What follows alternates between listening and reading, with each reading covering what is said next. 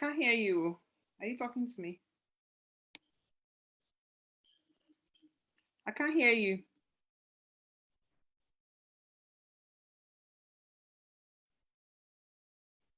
Can you hear me?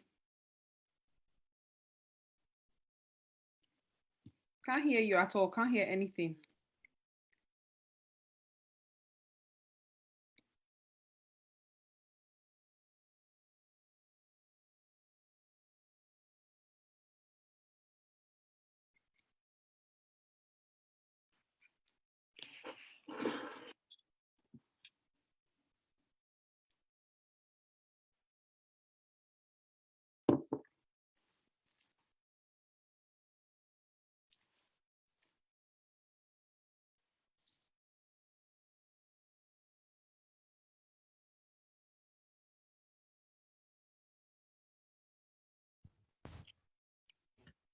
Can you hear me? We got an I think because there are 2 of you or 3 of you. Hold on. Wait, I'm gonna try sort it out now. Okay, I can hear you now. How are you? Yeah, I'm good. I just want to make sure that all of the additional things that are making noise are just like off. Right. There. Still echoing? Am I still echoing? No, you're all right now. Yeah, good stuff. Hold up. It's just right. 4 participants. Where's the thing where you see people coming in now? 1 second. Because you're on different platforms, so it depends on which platform you're. I know. I'll turn this one off.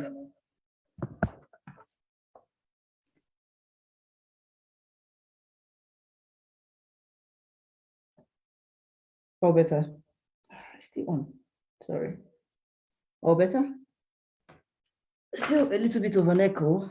Hold on. I'll sort it out just now. That's okay. Right. I think it works. No. It sounds okay. You sure? All right. See, we still got about 2 minutes, so let's just see.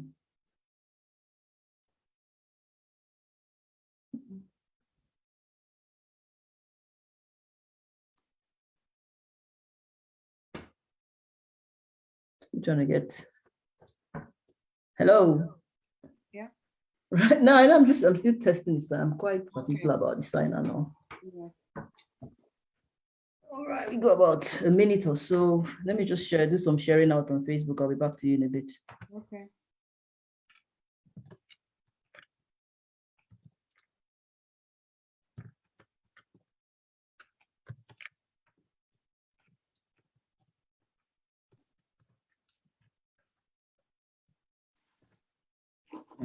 Just open the Facebook one.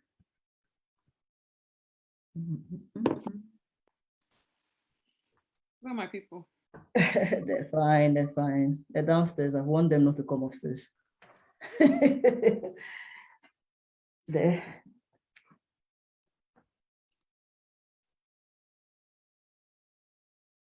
Am I still echoing? I think you're all right. No, it's not echoing. Yeah. Okay, fab.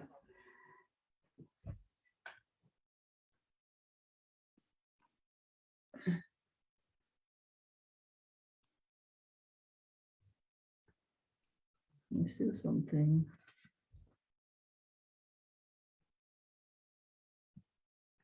Just check it again. Can you still hear me? Yeah. Right. All righty. Okay, it's about 8 o'clock now. Let me just go and look at the Zoom and see if someone else is coming in.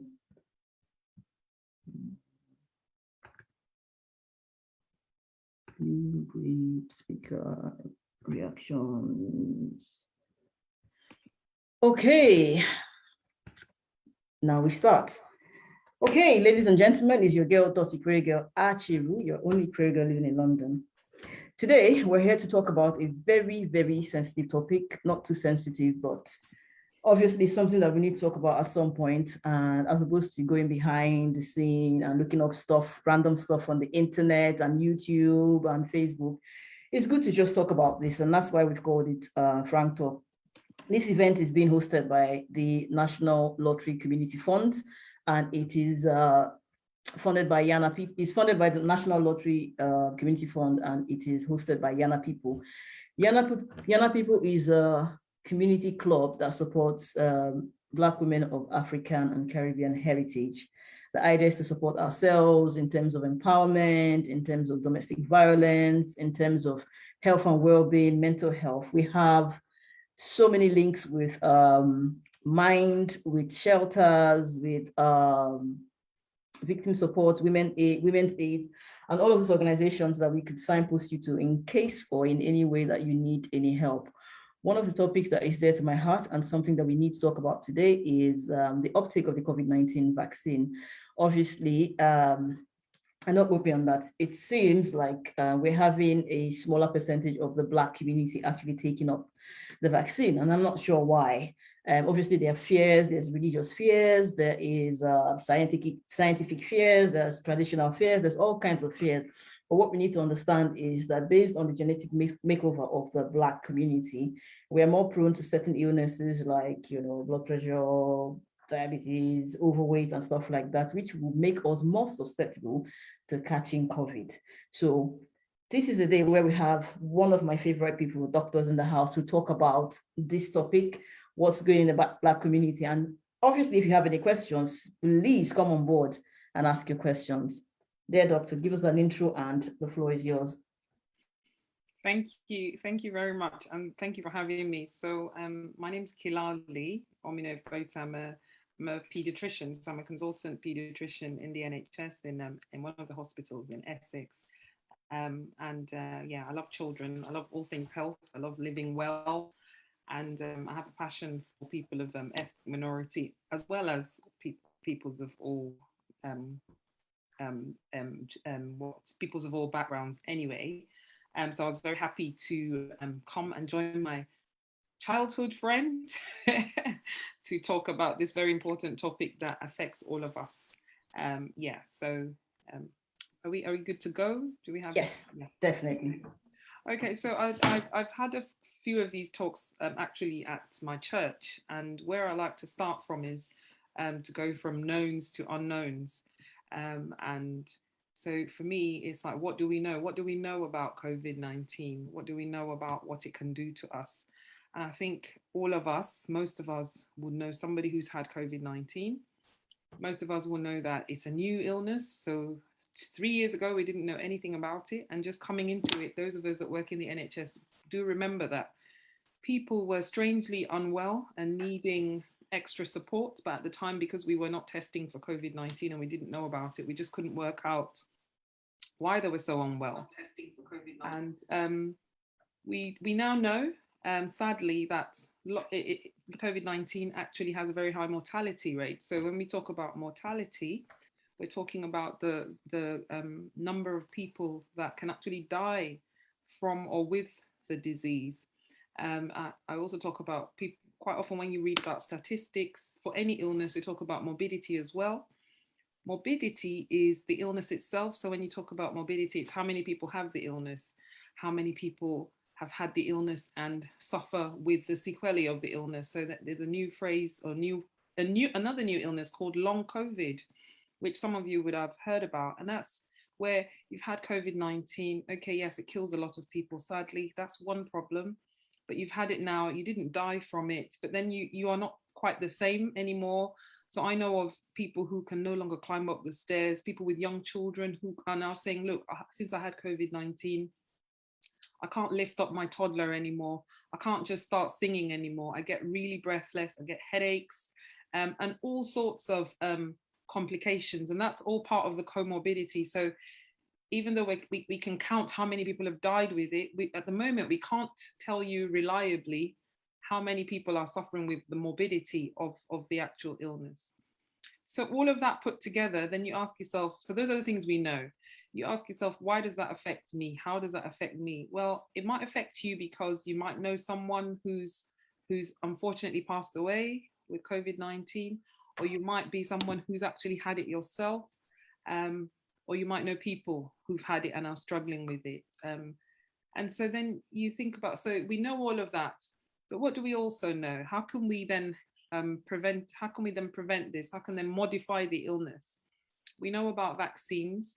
We've known about vaccines from, for hundreds of years now, especially in the Western world. Vaccines have been providing protection for all kinds of illnesses, like if you're old enough, things like polio, measles, tuberculosis, all sorts of illnesses that a lot of us were immunized for as children, to the point where we don't even see those illnesses anymore. Smallpox was totally eradicated by a vaccine, and things like smallpox, those are viruses as well. So we know that vaccines are effective. We know that vaccines work. We know that vaccines are safe. And with COVID-19 at the moment, that's probably our biggest way out of this pandemic, with reduced morbidity and mortality. Now, we know that no vaccine is 100% perfect. It's a bit like contraception. If there are women in the house, when you're giving a contraceptive, nothing is 100%. But we do know that it's, there's it is over 90%, over 95% effective at preventing the illness, and even if you do get the illness, modifying the illness so that you get a much milder version that reduces your risk of mortality, and also definitely reduces your morbidity. Some of the things that people have raised with me is, it's still an experiment. It was produced too quickly. And one of the things I like to say is, think about the first phone you ever owned, and what year was that? Or even push it and say, when was the first vaccine you ever had? So I'm over 40, so that was over 40 years ago. And think about the phone that was around at that time. And then think about the phones that you have now. And I'm sure you'll agree with me that there's pretty much no basis for comparison in terms of technology. And so in the same way that telephone technology has grown in leaps and bounds, and now your phone is all talking, all walking, and can do everything, it's the same with science and medicine. Things have really, really moved forwards. All the processes that should have happened did happen, but these processes were accelerated, especially also because the government's put money down and said, actually, rather than the pharmaceuticals just doing this on their own with their own budgets, we are going to fund this because we need to get these vaccines up and running as soon as possible. So all due process was followed, and you can rely on that. And at the moment, so many people have been vaccinated. I work for the NHS, so it was really a no-brainer. We've had first vaccine and second dose, and now I've even had a third dose plus a flu jab on the same day, which this was about 3-4 weeks ago. Because we're going into winter. Again, what are we seeing? Children are back at school. We're now seeing that COVID is still spreading. I'm sure those of you with little children will know that every other week, or your child's having to go home, the rules keep changing, they're having to have repeat PCRs, repeat swabs. So COVID has not gone away. COVID is still there. ITUs have started picking up again, filling up again. So it's very, very important that people get vaccinated to protect themselves. I met some young people who've said, but I'm fit and healthy. Great, but what about your grandma? What about your auntie? What about the immunocompromised person in your class, the immunocompromised person who works with you, who you may not even know is immunocompromised? The people who were asked to shield. So in the amongst the ethnic minorities, people, for example, with sickle cell anemia, they were among those that had to shield. Yeah. They've all now been sent letters to say, you don't need to shield anymore, it's okay. Well, if they have a relative who's fit and well, who's walking about unvaccinated, then you're indirectly putting that person at risk. And even though you might be all right, what about your relative who has a medical condition? What about your auntie or your uncle who's diabetic, who's hypertensive, who's obese? So one of the things that we saw during the peak of the pandemic was because a lot of us got redeployed to go and help out in ITUs in all sorts of capacities. And at one point, a lot of the people were overweight people. So just being overweight was a very big risk factor in terms of mortality. Then I think we all know about hypertension. Again, that increases your risk of mortality. We know about diabetes, that increases your risk of mortality. You can imagine being unwell in an intensive care unit, unable to breathe, and then your blood sugar's all over the place. It is just an added complication that makes life more difficult. So yeah, those are the big things that we need to be thinking about. Also, pregnant women. So as a pediatrician, I've looked after quite a few babies whose mothers have been unwell, on intensive care, intubated because of COVID, and the obstetricians have had to do emergency sections, and the babies come to us in the neonatal unit really, really unwell. Some of them COVID positive, some of them not. But the thing is, if their mothers were unwell and on ITU with COVID, they were really, really unwell. You think about their families, you can't visit, and the fathers are stuck between the mother who's on intensive care, the baby who's on neonatal intensive care, and it's just a really, really difficult situation. So yeah, there's every reason to get vaccinated, protect yourself, protect your family, protect the people around you. And that's why we're having this conversation. Another thing I like to talk about is information. Where do you get your information from? So people say, oh, I've heard it's this, I've heard it's that, I've heard it's that. It's important. If you've researched properly and you've decided it's not for you, that's okay, because as with all things in medicine, nobody can make you or force you to, or nobody should force you to do something, except if you work in healthcare. I think these days, if you work in healthcare, you are being told you should get immunized. But if you've decided that it's not for you, that's okay. But make sure that you have looked at reputable sources for your information. So if you go to the NHS website and you just put in COVID-19, if you put in COVID-19 vaccines NHS, you get what I think is a beautiful information sheet that talks about all the vaccines, talks about pretty much all the common questions that people ask, and all the answers are on there as well. Shall I pause for a minute, Dot? Do you have any comments or any questions that have come up? Yeah, one of the things that came up is, can you hear me? Yes, I right. Can hear you. So one of the things that came up, someone just mentioned, I was just reading the comment, the person said, obviously you mentioned that you had talks in the church and stuff like that. They wanted to know more about what is the issue with the church. Why are Christians or religious people a bit shy, to take it? What are the sort of questions and things you've encountered while giving your talks in church and stuff? Yeah, so what I found, so I go to a mostly Black ethnic minority church, and what I found is just the lack of information. So it's not so much a Christian thing as saying, oh, because we're Christians, we're not taking it, but it's more about a lack of information and just people being wary. So historically, Black and ethnic minorities are wary of the healthcare system, and that's because of deep-rooted, long-standing inequalities in healthcare that have been there, from probably when I was a child, so that there is a distrust of the health service. It is there, and we can talk about these things.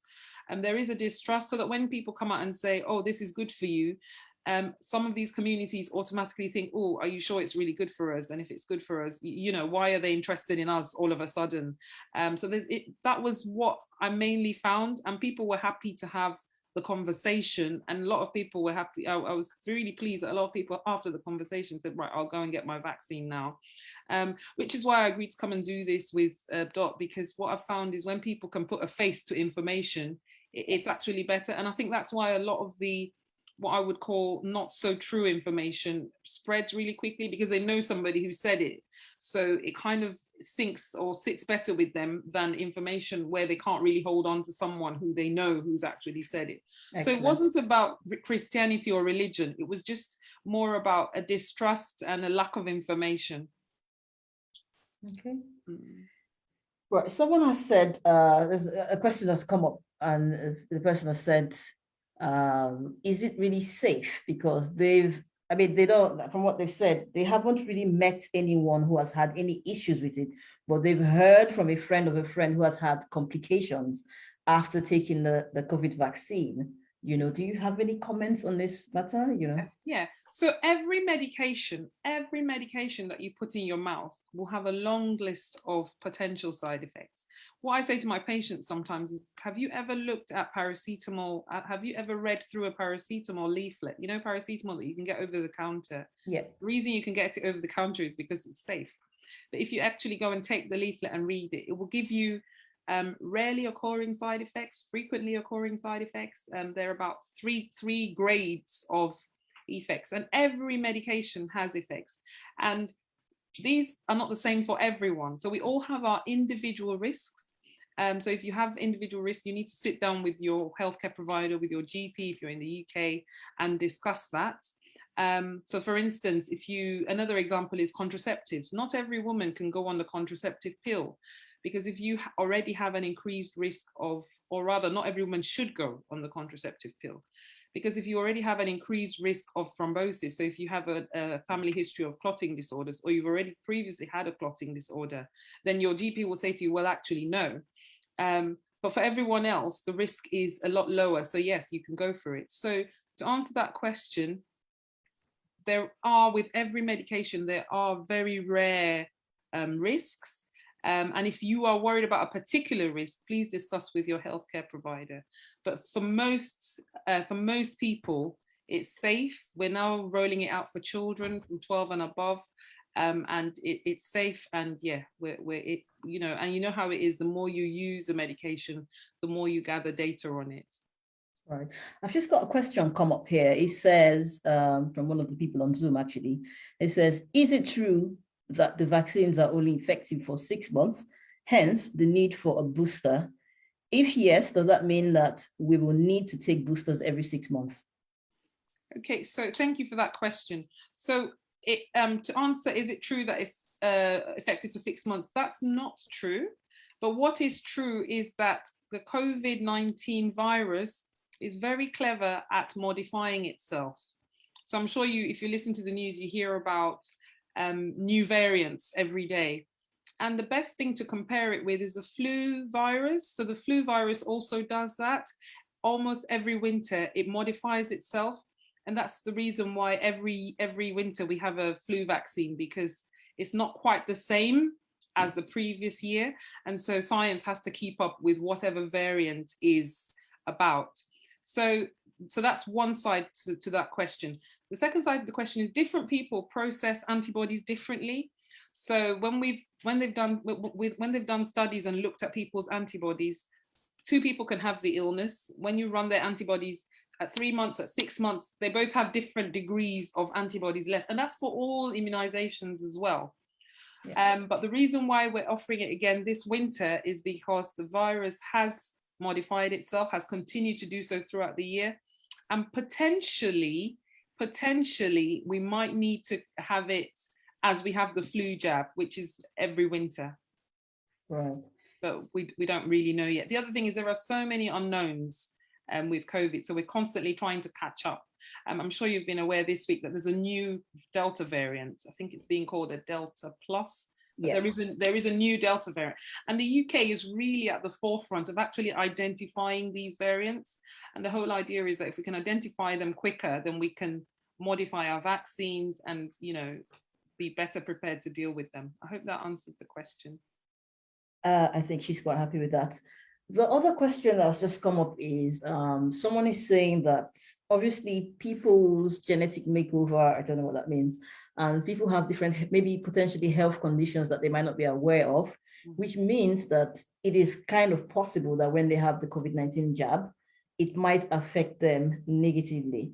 So their question is there a way to check people out? Because some people may not know they're diabetic. Some people may not know that they potentially have maybe a heart problem or might be obese or something like that. And they say, is there a way to check before they can have the vaccine so that they're sure? Because like you said, potentially some people are at risk and it might affect them adversely. And they're saying, how do we know ahead of time? Or is it just take a chance and see?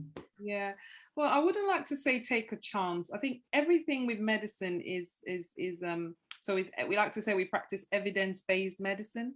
Okay. But we also, you have to have the evidence, but we also know that there is always a risk.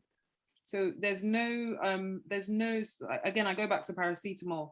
If we issue you paracetamol, we will still say to you, take it, 4 times a day. If you start to have nausea or vomiting, or those are the common things with any drug, then stop it. There is no way of checking whether you will react adversely to it as a single individual, unless you already know. So for instance, unless you've had anaphylaxis, which is where you've collapsed or shock due, you have where you react adversely to other drugs or foods. But no, there's no way of really knowing. Again, it's one of those things where if you have particular concerns, it's sitting down with your primary healthcare provider to work out your risk.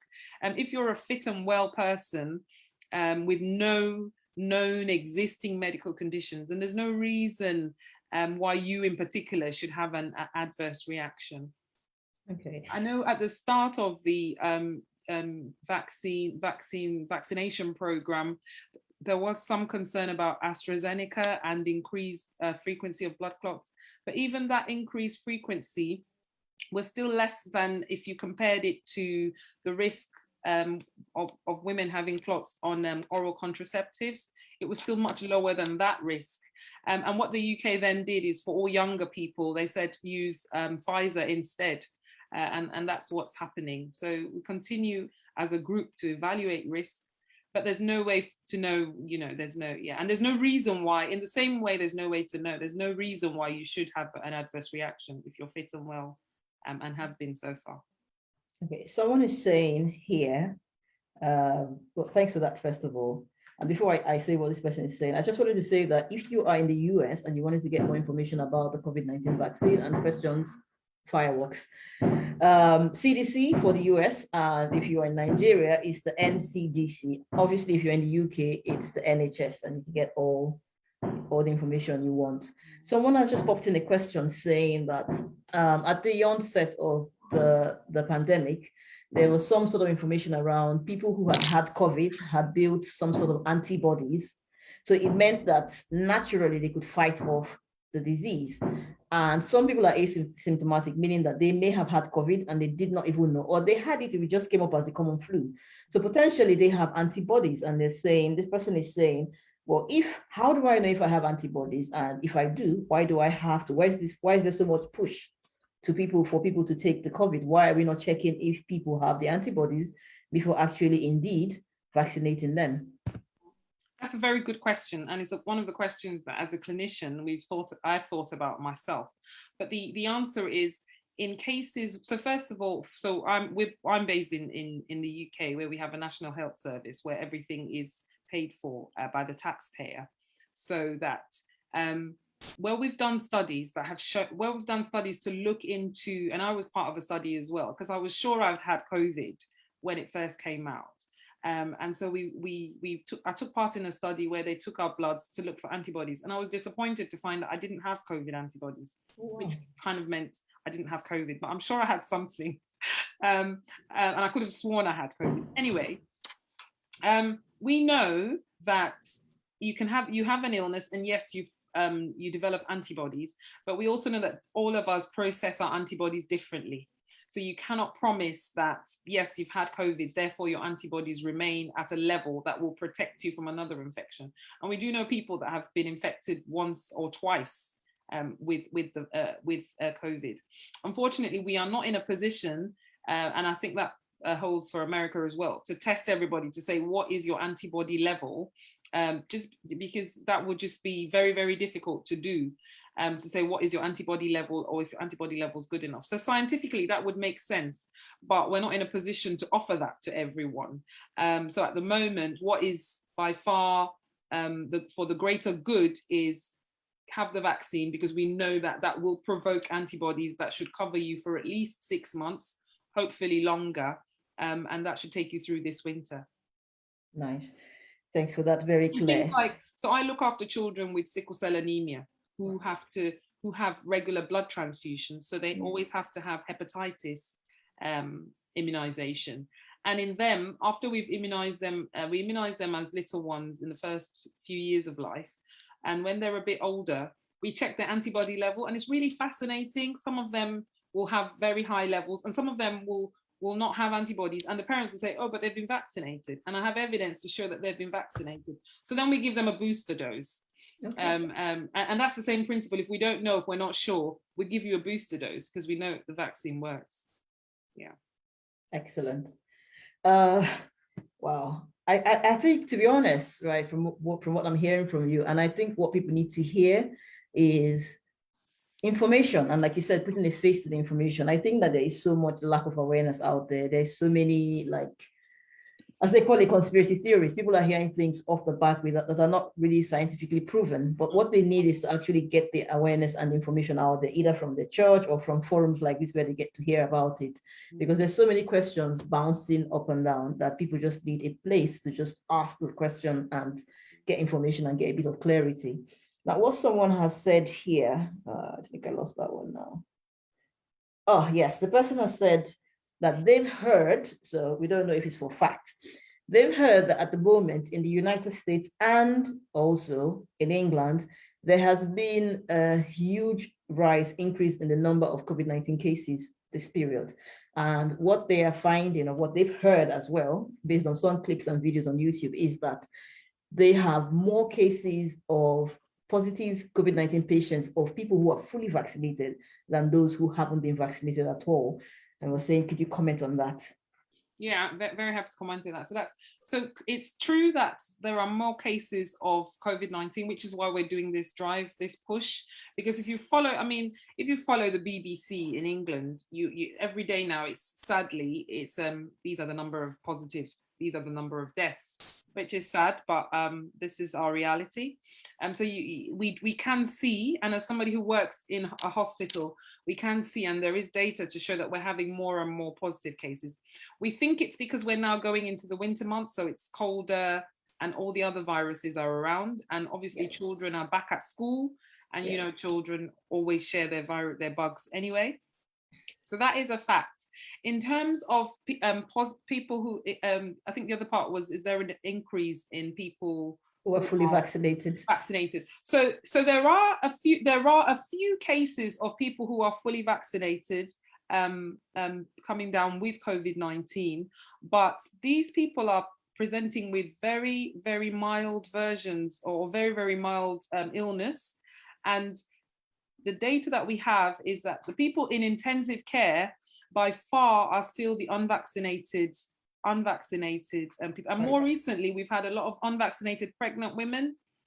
Yes, because there was some concern about pregnancy and the vaccination. So again, there's been a push to say, actually, why are we seeing so many unvaccinated pregnant women? Please go and get your Pfizer jab. It's safe. You should have it. So I hope that, have I answered that question? Yes, pretty much, yes. Yeah.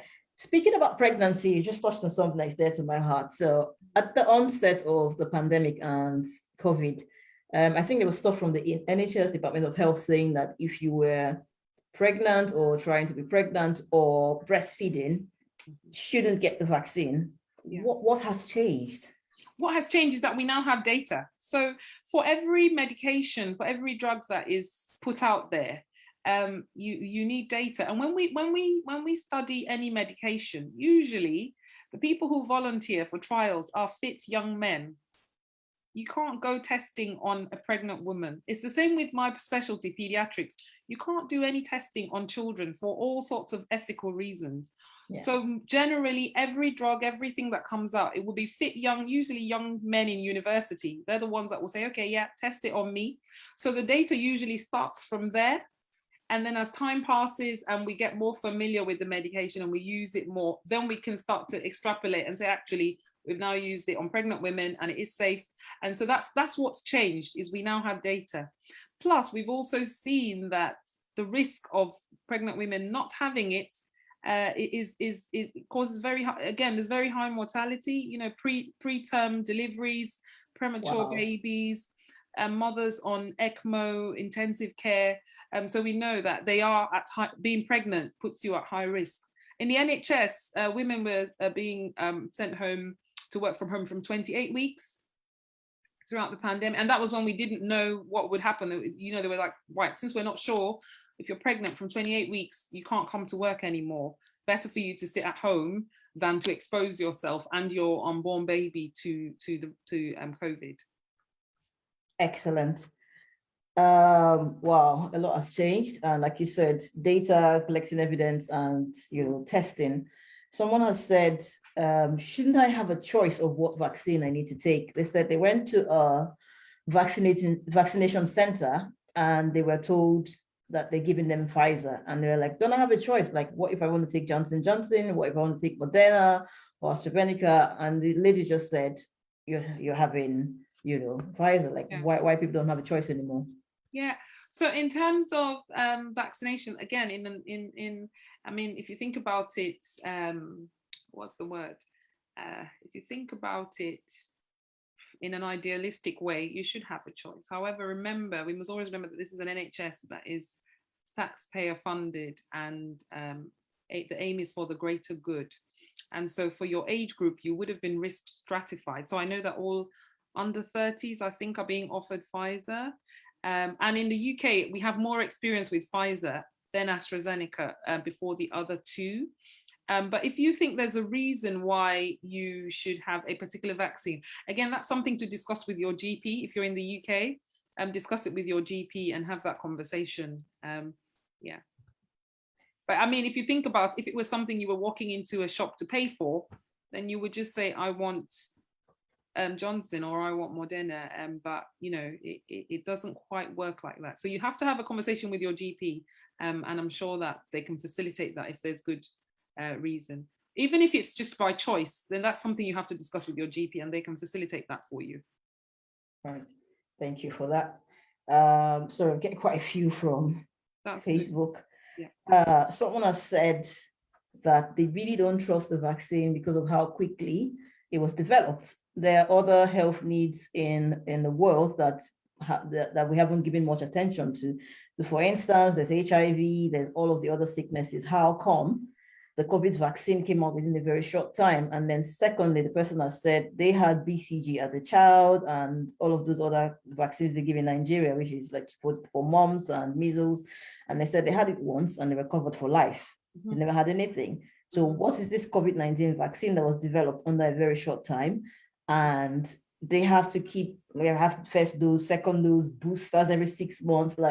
And they also said, it's a long comment, they also said that it's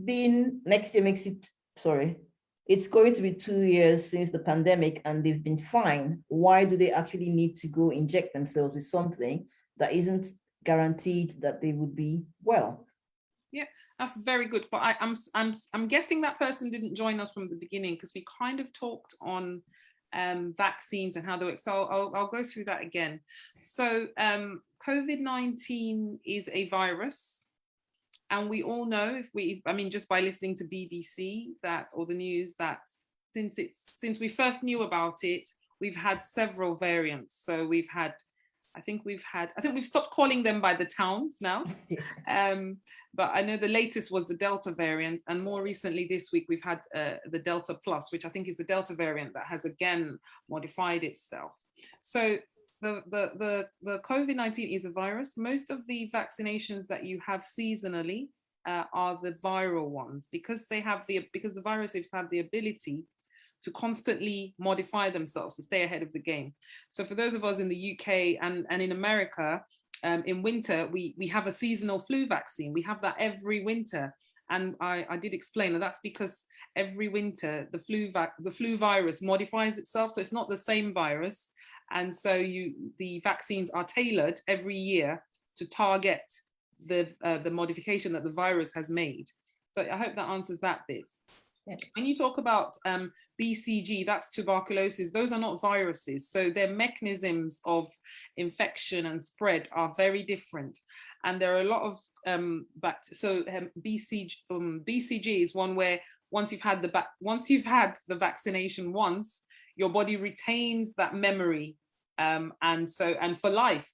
However, if you have an illness like HIV, you lose your BCG antibodies, which is why people with HIV that can then have tuberculosis, if that makes sense. So it's just different bacteria, different bugs have different properties, but viruses are constantly able to modify themselves, which is why it's done, which is why we have to keep up with the viruses.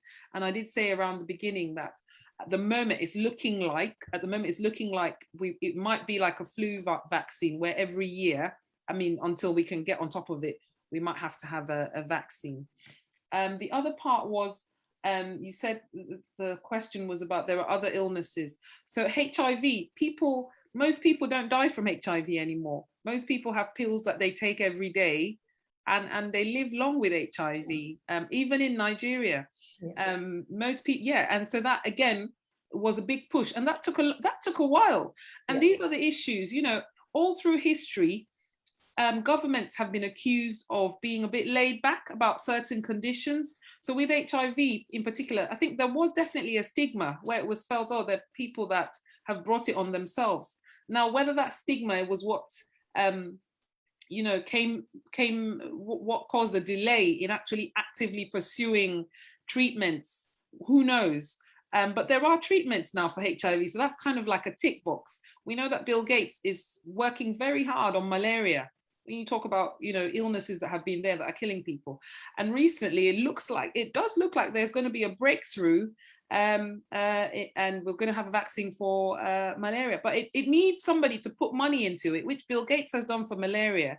And like I said at the beginning, for COVID-19, because of the devastation to life and to economies, the government actually put money down. So they didn't leave it to the pharmaceuticals to sit on their own because typically what happens is the pharmaceuticals chase a drug, they fund it themselves.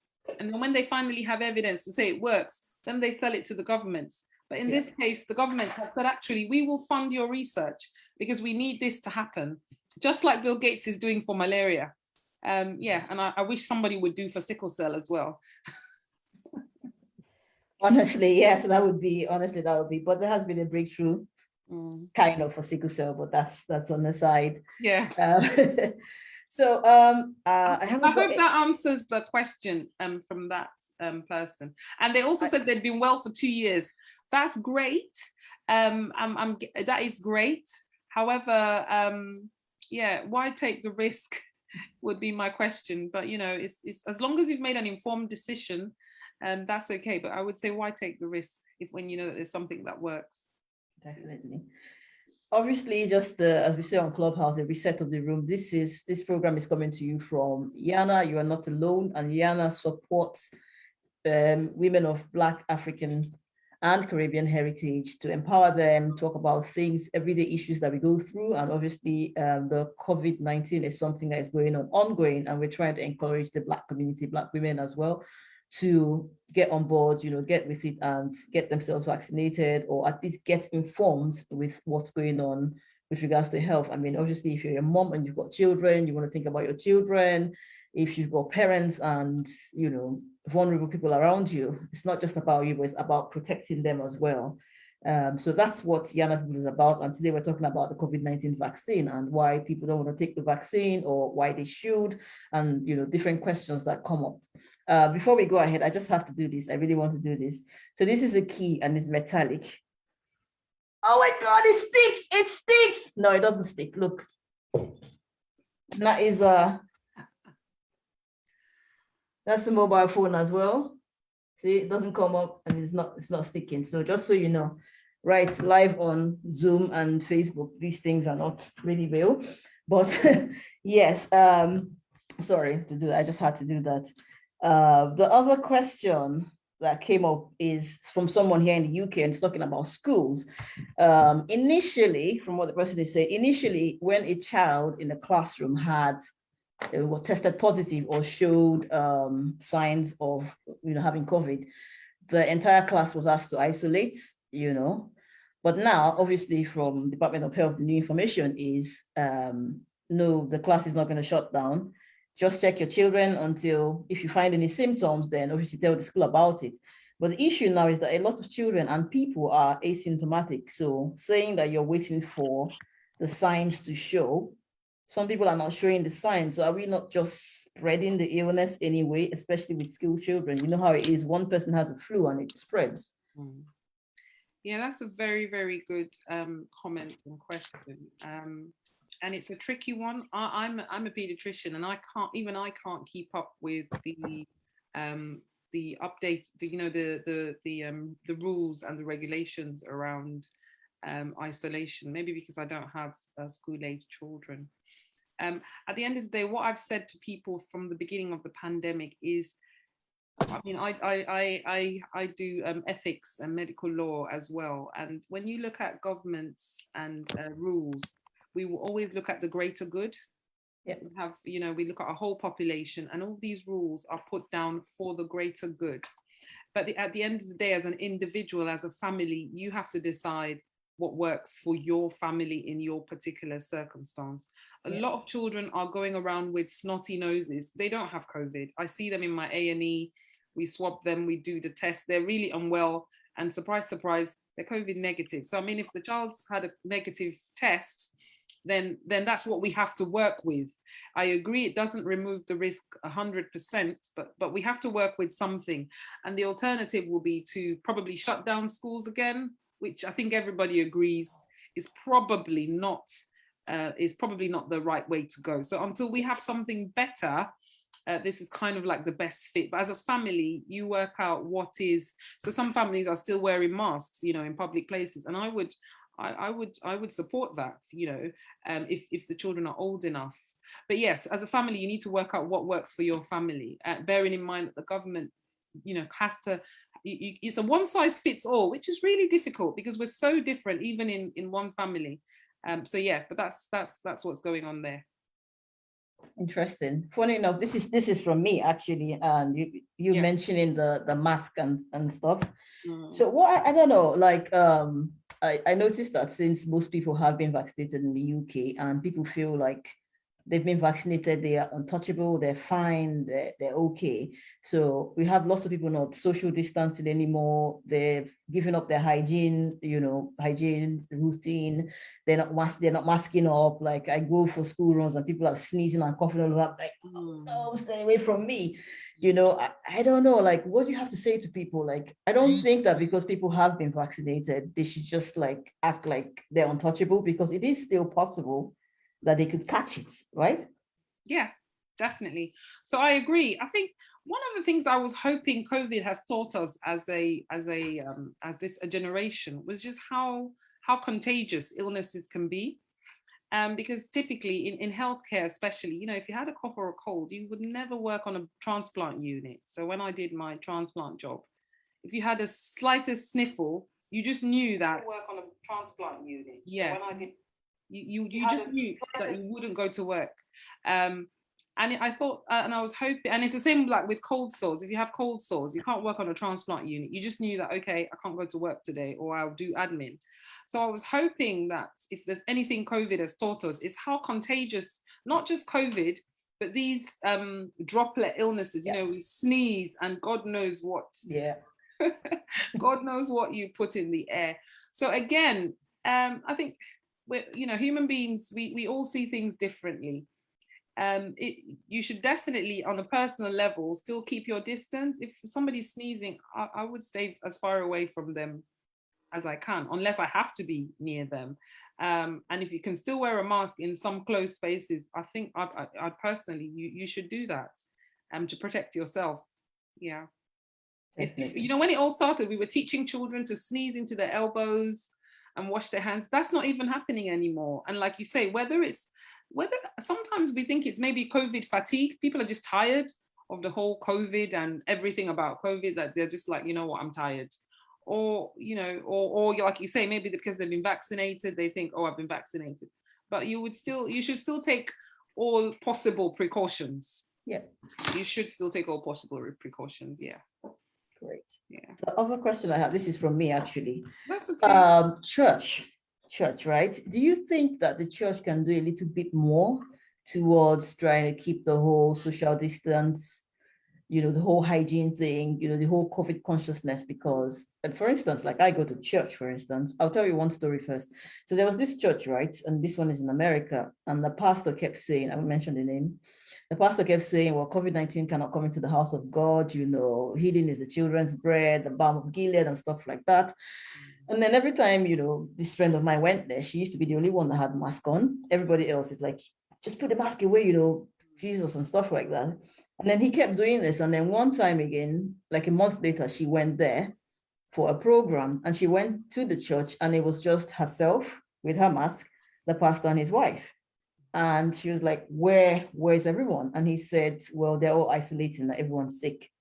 And that was the first time they started doing like online services. He actually chose not. So you can imagine how much COVID would have spread. So going forward, like the church I attend, I mean, I know they don't really say that, you're healed and there's no COVID here, but like we're not social distancing anymore. We sit in a small space, an enclosed space. It's not like we're sitting in open air.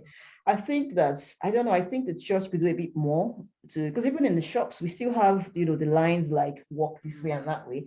But I think that because, after I think it was the 19th of July, I think the churches have also let down their guards because it's a small building where about 100 of us all squashed together, touching each other and stuff like that.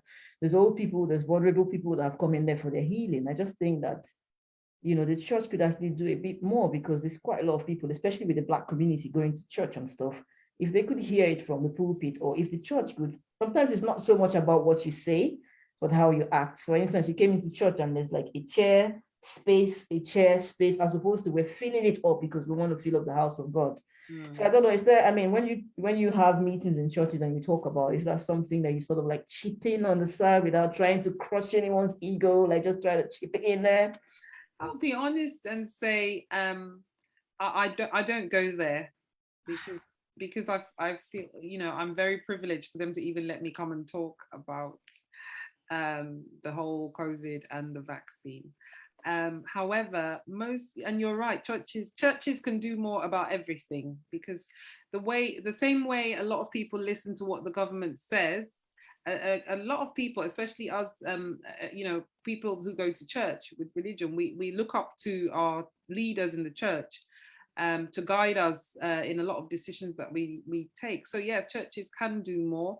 I know that most churches have still kept they're now doing hybrid services, so they've still kept the online services so that people have the option.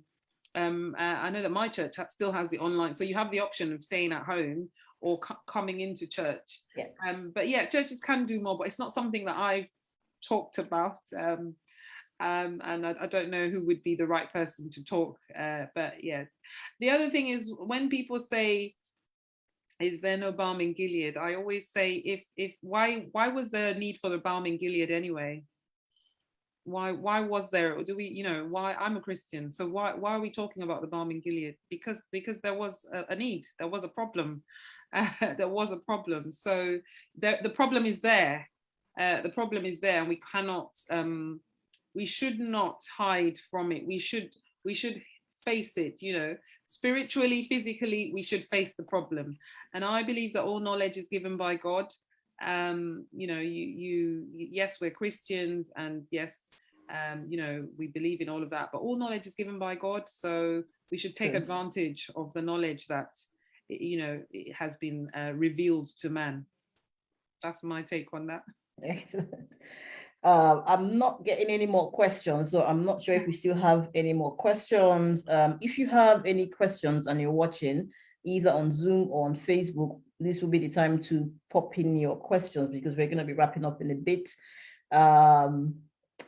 Doctor, if I can't see any questions coming in, this is my question to you. If you could give one word, because Yana People is all about supporting Black women of African and Caribbean heritage. If you could give one word, if you could give a piece of advice to Black women of African and Caribbean heritage out there with regards to the COVID-19 and, and all that, what would you say to them? I would say that Black women are strong women. Black women are clever, intelligent, resourceful women. And I would say they need to step up to the table. We need to be at the table. We need to be in the rooms where the decisions are being made, where the conversations are being held. And that's what we need to continually strive for. We cannot let, forgive me for saying, men or people of other ethnicities decide what happens to our bodies. And if we're at the table, then we'll have more confidence in whatever decisions are made. So we need to step up, and we are capable of doing that. Excellent. Mr. Tolu, did you have a question? I see you keep flashing in and flashing out. Do you have a question? No. Okay. No, sorry, right. I haven't got a question. I just said I've enjoyed the session. I mean, like the little that I've caught up with, but yeah, it's interesting and very knowledgeable. Thanks, Doctor, and thanks, Dorothy, for for putting this up. Thank you. You should have more of this, actually. Right, well copied.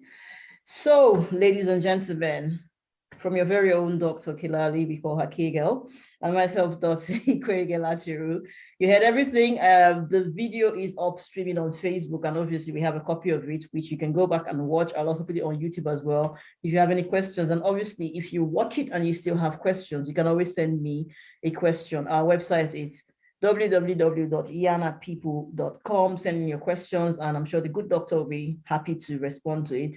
Again, Yana People supports women of Black, African, and Caribbean heritage, trying to empower, not them, us, because I'm one of you. And in terms of domestic violence, societal issues, health and well-being, mental health, and all that stuff, we have great links and contacts with other charities and organizations, massive organizations, and we could be able to help you in any way. This season, we're also supporting women with, what's that notification? Right, we're also supporting women with food and hygiene materials. So if you live in London and Greater London, and you think that you might need some assistance with toiletries and all of that stuff, please get in touch and we will send you a relief package.